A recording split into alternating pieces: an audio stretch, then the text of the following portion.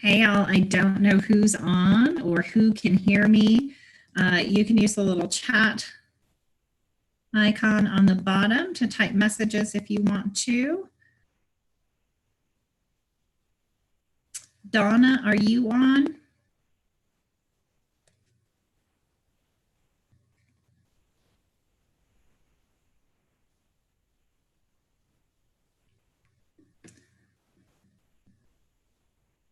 Okay, Donna, yeah, I can't hear you. If you want to hop off and hop back on, that works.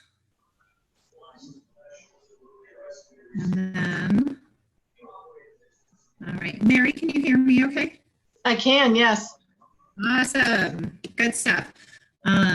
Donna is going to hop off and hop back on, and then what you'll see on the screen once she gets back on here is the contract to buy and sell with the dates and deadlines section, and so she'll be walking through that piece tonight on the dates and deadlines and the contract to buy and sell. Okay.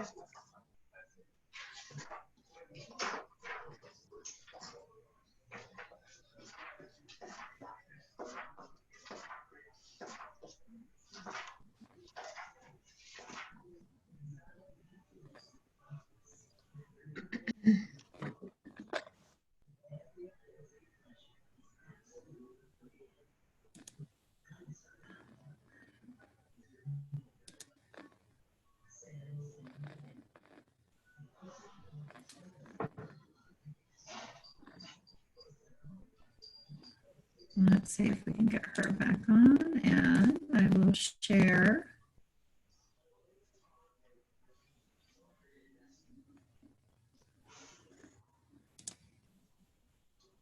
this screen, I think.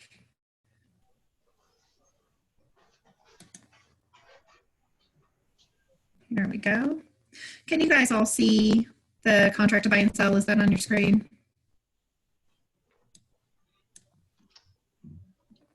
Yes, I can. Yeah, I see it. Awesome. Okay. Thank you. Thank you. Thank you.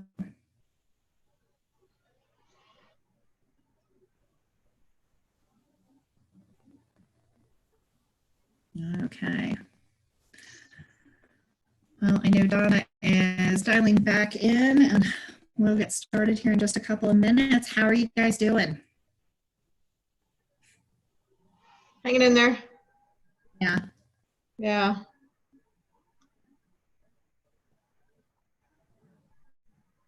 Are you seeing a big impact with what you do right now, Mary, in the COVID-19 crisis? In the hospital?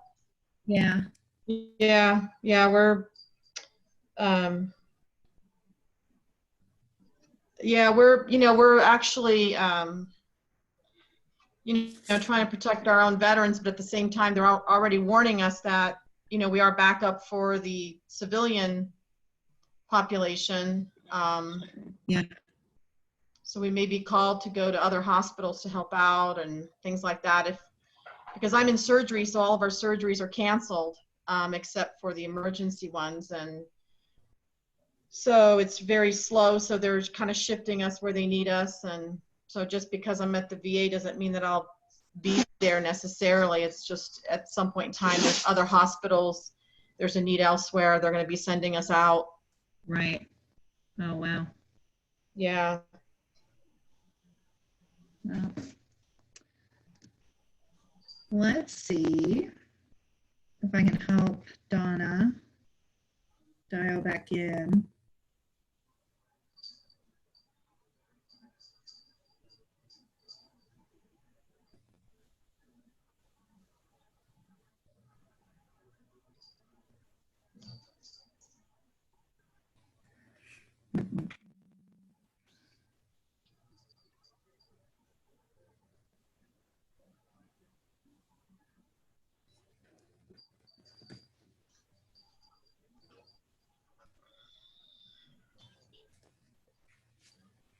Stop it. Stop it.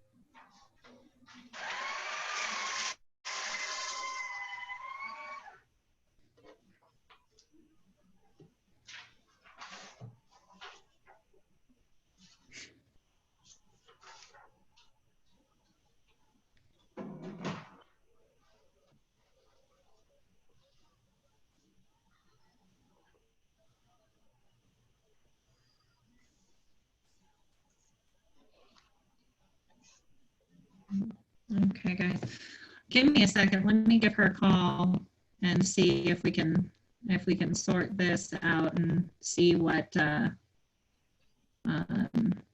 issues we're having getting on the call. Let's Okay. see. She said she's in here. We just don't hear her.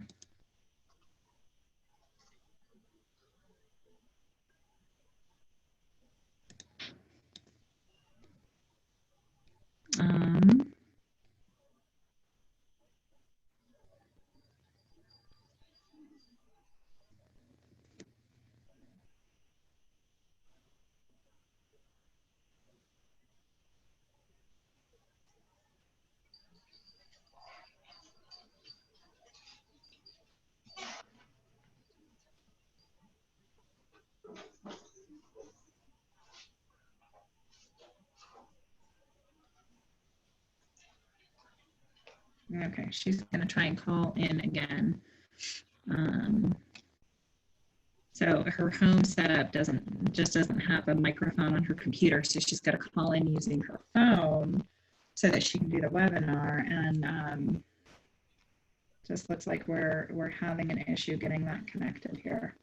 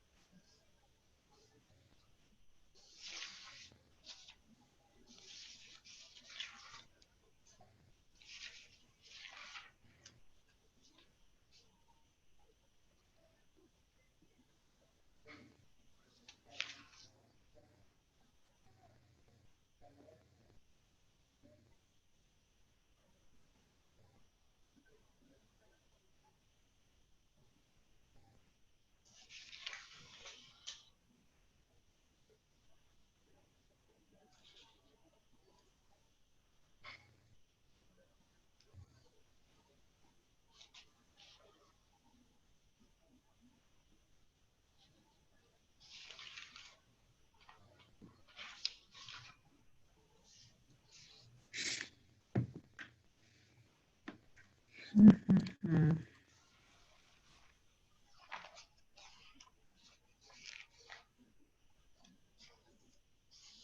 Yeah, she says she's here and we can't hear her, and I'm not sure why.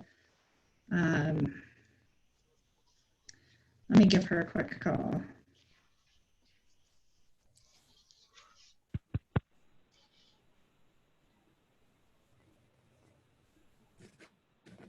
Hey.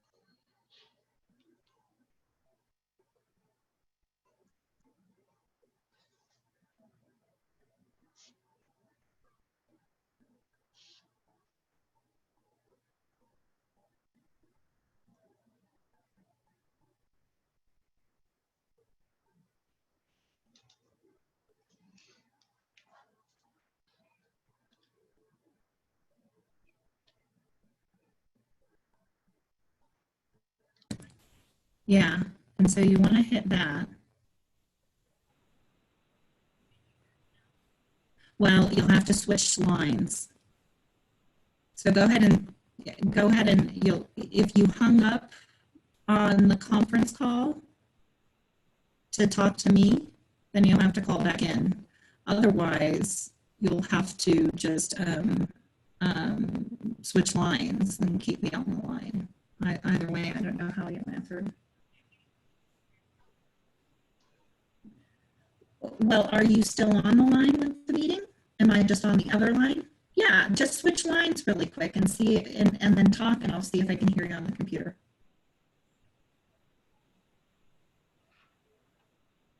So when I called you, were you on the other line with this on the phone? You had already hung up? Oh, okay, then you'll have to call back in. Okay, perfect. Bye. Okay.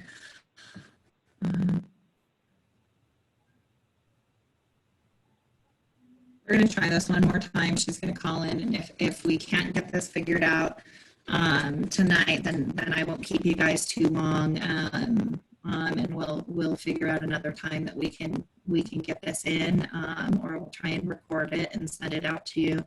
I'm not entirely sure what our technical difficulty is, and we'll see if we can get her on the line here.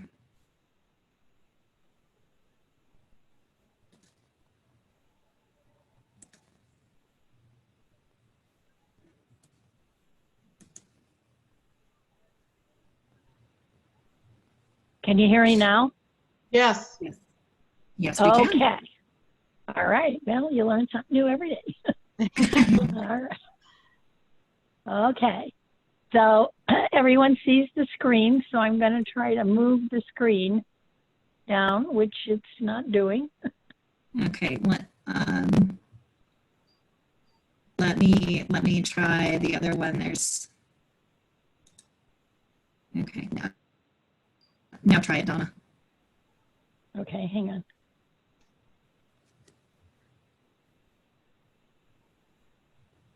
No, it's still not letting me do it. Okay. Can you do it from your side? Yeah, let me.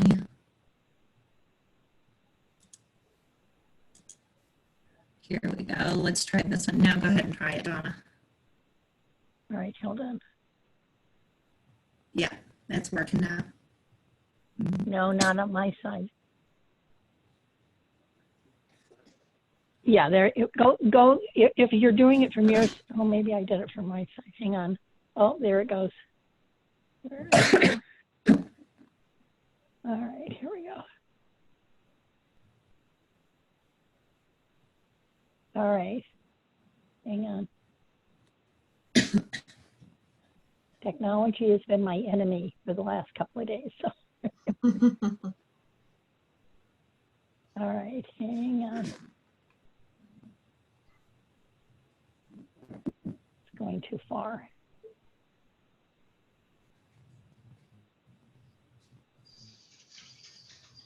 Okay.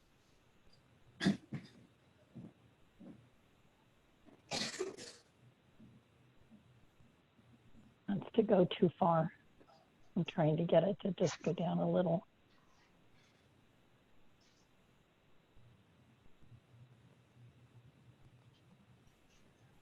All right, let's start with what you see at the bottom. Let me see if I can get that up without going too far over.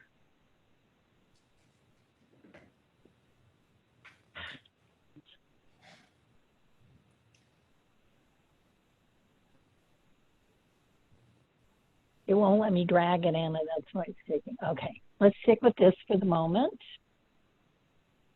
Right here.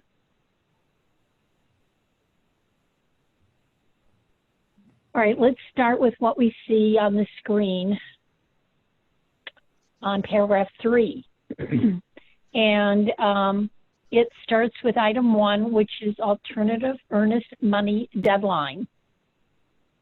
That is the date that the buyer turns in the earnest money to the title company or the agency, or you turn it into the title company or the agency. At this point, this works.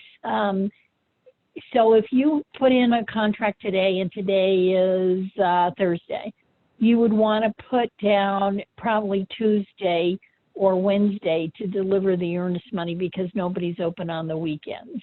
And with all of our other opportunities, you want to call, because I know instructions have come out from the title company. So we make sure that if you're going to deliver any, one, they're there, and two, if that isn't the option you want because of the virus, then ask them how they want it delivered, okay? Your next one on item 2 is record title deadline. That would be coming from you. The title work comes from the listing agent. So the listing agent has to get that paperwork to you by a certain date. So give them about a week and a half, and in this case, you might want to say 2 weeks based on what's happening. And that comes in, and you want your buyer to review these title work, these commitments. So give them maybe 3-4 days, so that they can look through it and they're okay with whatever it says in there that might pertain to this particular property. On item 4, which is the off-record title deadline, that is something that your buyer, if you buy a property that is behind a vacant piece of land and you turn around, and I don't know what that is. So everybody goes and research. Buyer needs to do their research and they're comfortable with what they say.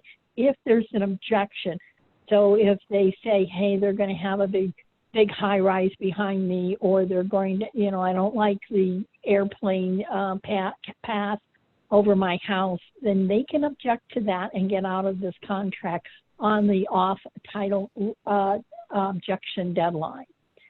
Title resolution ties back to where the listing agent is going to get the title commitment to the buyer and to you.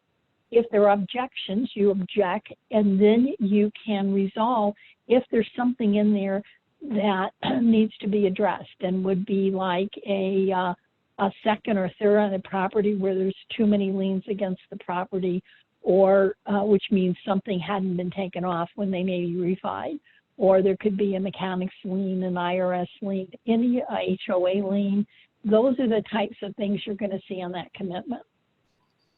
On the right of first refusal, we don't usually use that down here. That is reserved for the high country, because those particular situations are that the high country, you have a high rise or you have a complex, that somebody in that complex gets first right to the unit that is up for sale.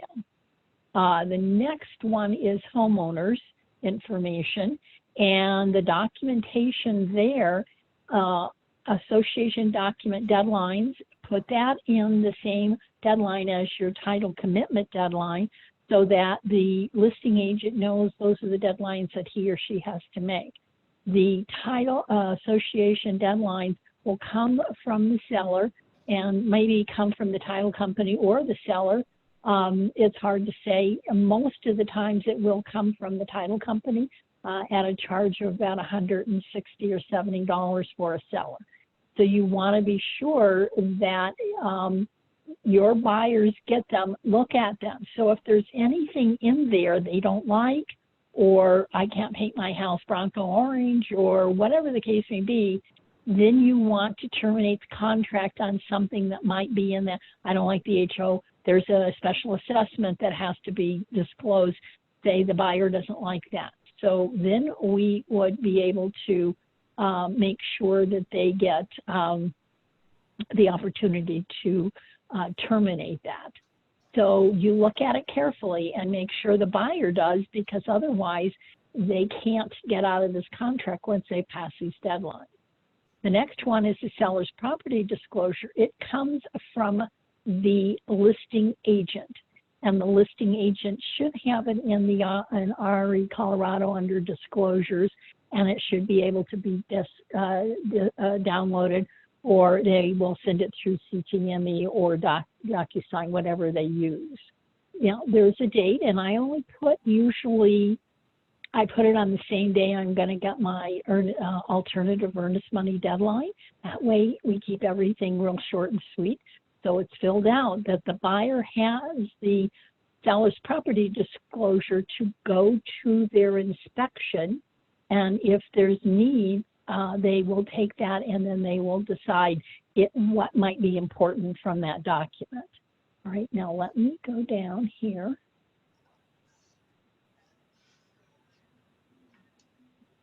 All right, so now we are on, the next one is lead-based paint disclosure. Now, lead-based paint disclosure will only be used or received if the house was built before January 1st, 1978. Otherwise, that particular deadline will not be in there. So with that said, if it is there, put a deadline on it. That would be a couple of days after acceptance, so that the listing agent can get that over to you. And when we get to the bottom, there is a lead-based paint disclosure deadline that has to be returned back to the selling agent. So we want to be sure that is signed. If that is not signed, each agent could face a $16,000 fine. So we want to be sure that that's done on time. Now our next one is the 12, paragraph 5.1 is the paragraph, new loan application deadline. Please put a date in there. You can put it the date after your acceptance deadline date can go in there, so that a lot of times you're going to see complete or done would be the word you see in there, but you're really not. The last two pieces that a lender needs to complete a contract is a address and a legal description of a property. If you don't have those, you are not completed with your loan application deadline. I would encourage all buyers to get basically pre-approved, make sure that they have all their paperwork, all their documentation has been reviewed, except now you just go find a house and get an inspection and appraisal and you'll be done. But you want to put this deadline the next day after your acceptance deadline. And if it changes, change that deadline too. Now, item 13, paragraph 5.2 is the new loan termination deadline. That deadline is the very last day that your buyers can get their earnest money back. This is absolutely the most important deadline in the contract. At this point, what happens is that, okay, everybody's they've agreed and it's cleared the underwriter, everybody likes the terms, but if they don't like the terms, this is a drop dead date that they can get out of the loan without losing the earnest money. So I would tell you that this is the most important deadline in the contract. Now, the next group that you see down here are buyer credit, existing loans, a loan transfer. Those are not used in our world because we don't usually do owner carry or anything of that nature. Let me see if I can come this up a little bit here. At the top, you'll see at the bottom, you're going to see appraisal deadlines. Let me get that, see if I can get that down a little bit here.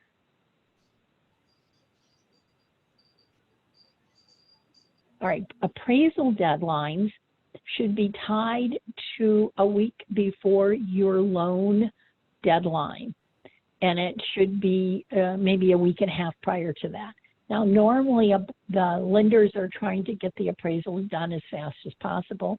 A lot of times the lenders will have you go ahead and order it and then try to get it out after you guys have gone through the inspection. But you have to put a date in it. So I put out a week and a half to 2 weeks prior to closing, or excuse me, prior to the deadline that you have for your loan objection. Because you could get an appraisal and turn around and have the appraisal not meet the agreed upon selling price. So then you have an objection. When you have an appraisal objection, then it turns out that you need to get a copy of the appraisal to the listing agent and file your objection document. There is a document called the appraisal objection document, and that has checkboxes that you would use and send over a copy of the appraisal. Hopefully the buyer and the seller can come to an agreement and resolve just like you do inspection, okay? The next one down is your survey. Now, I put those on the same deadlines as the appraisal deadlines. That way, if it is required by lender and or title company, you have it tied to your deadlines that you can make and meet. Now, if you're putting an offer in on a condo or townhome, you don't need any dates in this category, because surveys will not be required because you're in a high rise or you're a townhome. So you can leave those dates out, okay? Your next dates that you have are your inspection objection deadlines. You make this about a week to a week and a half after the acceptance date so that you can get inspectors into the property. A good inspector, which you can get a lot of names from anybody in the office, but make sure they have a ASHI designation, which means they've gone through other training. Now, you want to be sure your inspection termination deadline and your inspection resolution deadline are going to be the same. The reason you have an inspection termination deadline is the fact that if you have a buyer that has cash and I'm taking a property as is, but I want to still have an inspection so I know what that property has that I need to fix. So, but if they don't like it, they still have the right to get out of the contract. If you leave this off, you cannot get out of the contract. So be sure that you put a date in there and it ties to your resolution date. Now, your other important deadline in this category is your property insurance termination deadline. This deadline is tied to your inspection objection deadline. Please never assume that somebody is going to get their hazardous insurance on their house or condo or whatever you've got.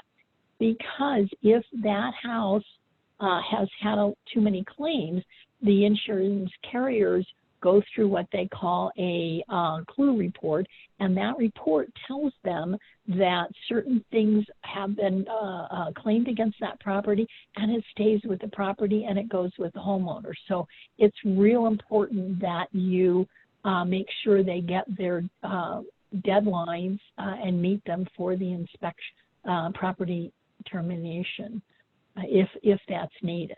But don't assume you're going to get it. Let me see, I'm going to move this again.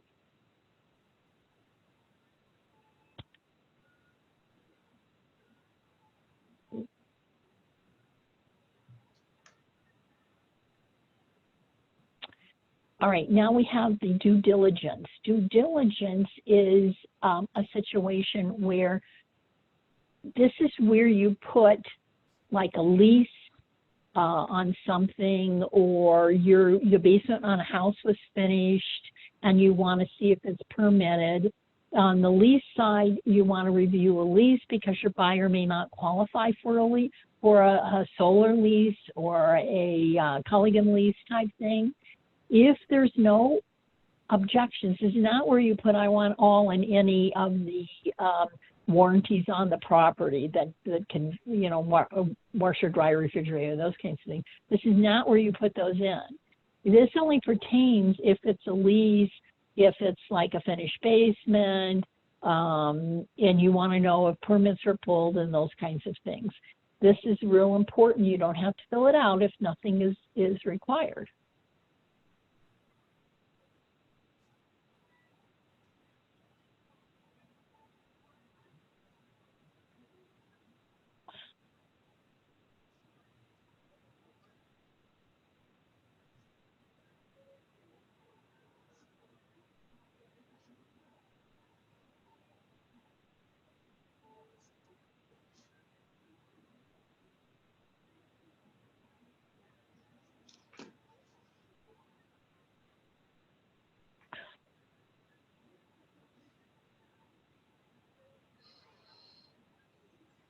I lost it.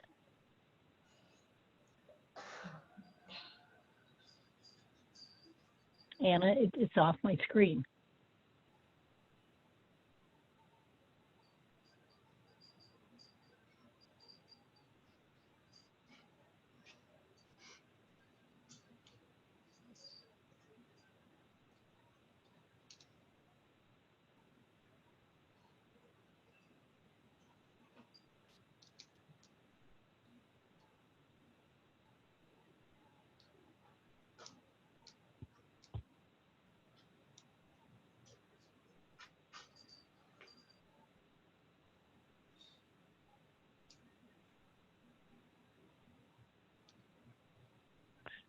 Okay.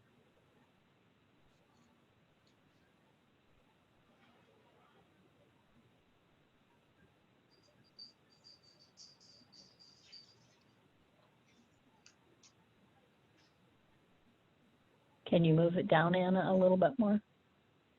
Oop.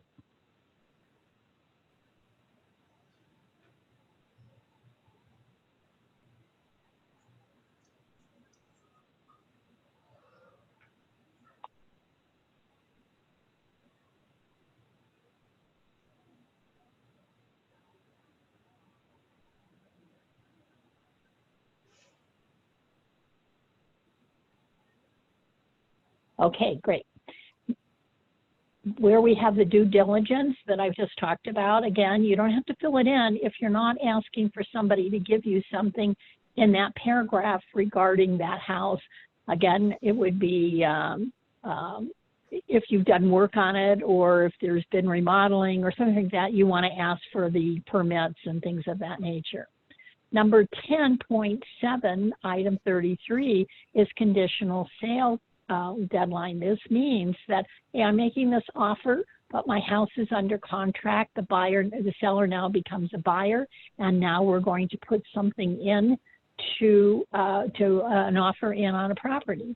But my house will close on April 1st, and so you want to put in there April 1st. If you read the paragraph, which I encourage you to do on 10.7, it says the house has to be sold and closed. So you want to make your closing date after if you have a conditional sale, and you reference in additional provisions, and you can always call me and I'll give you language for that. The house is under contract, inspection, appraisal has been done, and we're set to close on April 1. That way you are a stronger buyer when you put your offer in. We have talked about lead-based paint termination. So if your buyer gets a lead-based paint disclosure and there's something in there that they don't like, they can terminate because they don't like that lead-based paint. That means the seller has filled out the top part and the buyer has to fill out the bottom part, and all parties have to sign. Then the last date we have is our closing date. Now you can start with your closing date and work about 35 to 45 days up to make sure that you can complete this. But there are two or three things you need to do. One, you need to check with your lender that the buyer is using. Can you close on this date? And are we sure we can close on this date? You also want to be sure you can get that letter that you're going to send to the seller and make sure that that says, hey, listen, they've been qualified to purchase this property and that their credit has been pulled and they verified their employments and things of that nature. And then the last date is your acceptance date. So you now give it to a to a seller, and the seller says, yes, we're going to accept it, or no, we're not. Please, I encourage you to talk to the other agent to make sure that if you're giving them an acceptance date, that everybody can meet that date, okay? So anybody have any questions?